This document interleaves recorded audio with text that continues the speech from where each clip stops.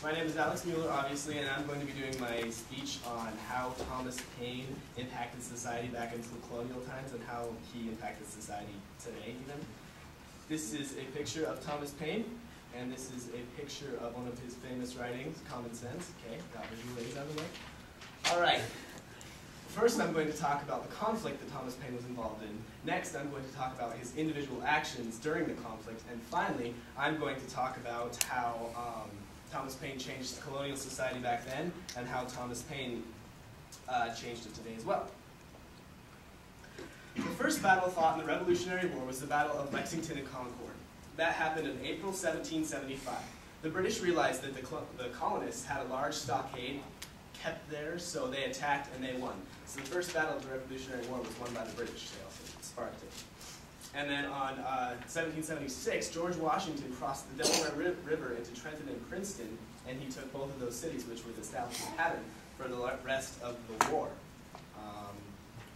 The colonists, during the war, Philadelphia and New York were taken, which were the two largest cities in the colonies.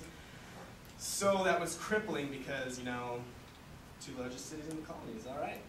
So many people who were needed to fight for the Yankees, the revolutionaries, in the conflict were already loyal to the British, so there needed to be really like a figure of dissension to inspire the people to fight against the British and claim their own government.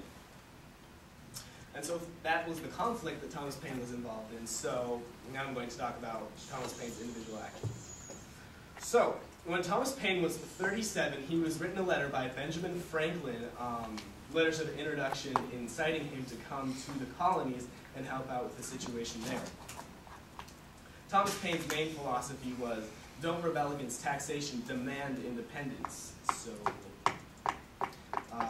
because of that, he wrote Common Sense, which is a famous piece of writing that inspired dissension from the British and stuff. And Common Sense paved the way for the Declaration of Independence, selling more than 500,000 copies within the first month. In Common Sense, it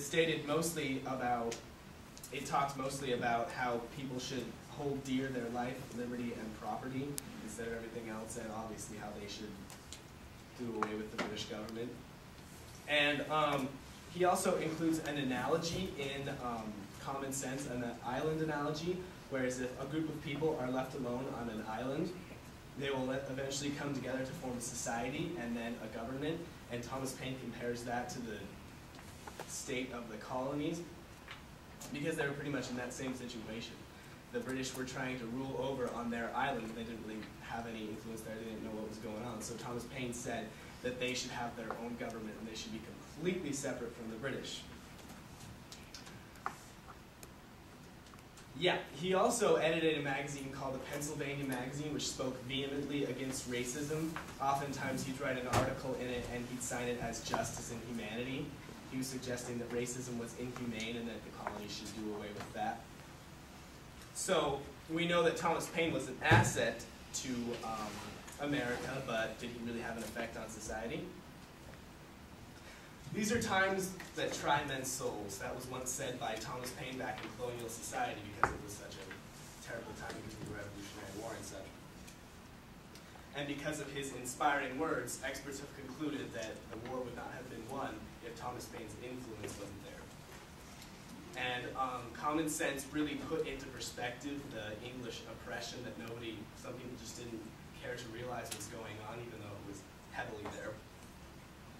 And it gave hope to the people fighting the Revolutionary War and their families, because, you know, what do they have to latch on to? So, it also siphoned support from the British until about, I don't know when, but it took support from the British until only 20% of the people who lived in the colonies were supporting the British.